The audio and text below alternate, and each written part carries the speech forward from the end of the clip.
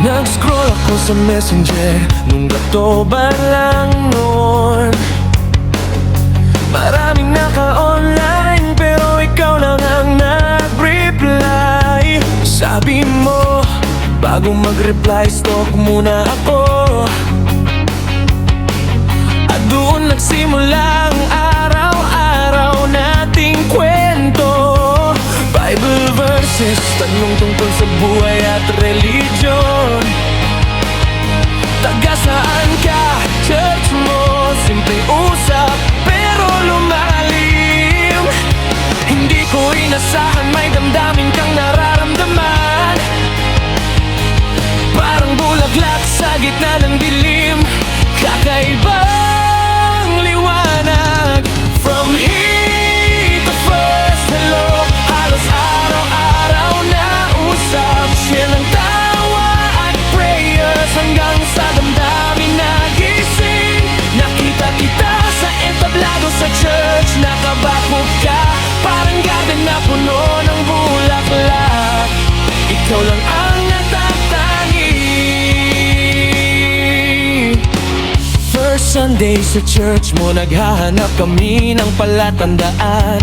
Green wall, orange gate, tunog ng kantahan at video game. Sinundan namin ng mga signs hanggang sa makita ka.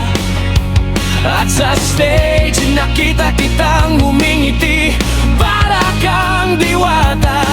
Streaming sa San Antonio, dala ang isang youth namin. Nakasmile ka, nag-picture, nag-enjoy kahit ako'y tahimik.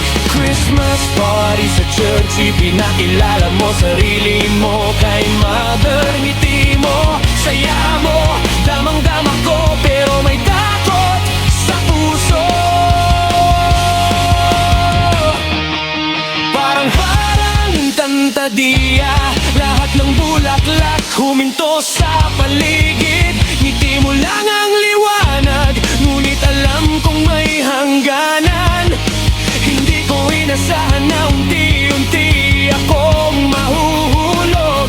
Ang ngayon, kahit masakit, kailangan tanggapin. From hate to first hello, halos araw-araw na usap. Share ng tawa at prayers hanggang sa damdamin nagising. Nakita kita sa entablado sa church. Nakabakot ka, parang garden na puno ng munang love.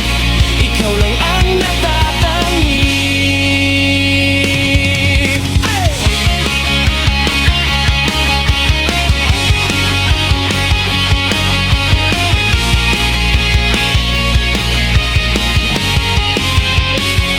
Ngunit dumating ang dilim, nasaktan ako, umiyak. From lovers to strangers, lahat ng saya at pangarap naglaho. Tawa at ngiti, bigla na lang nagbago. Ipinagkakatiwala ko sa Lord lahat ng puso kong sugatan. Parang diamante na worth it pang hawakan. Ngunit minsan sa isang iglap, nawawala sa kamay. Ngunit sa bawat sugat, may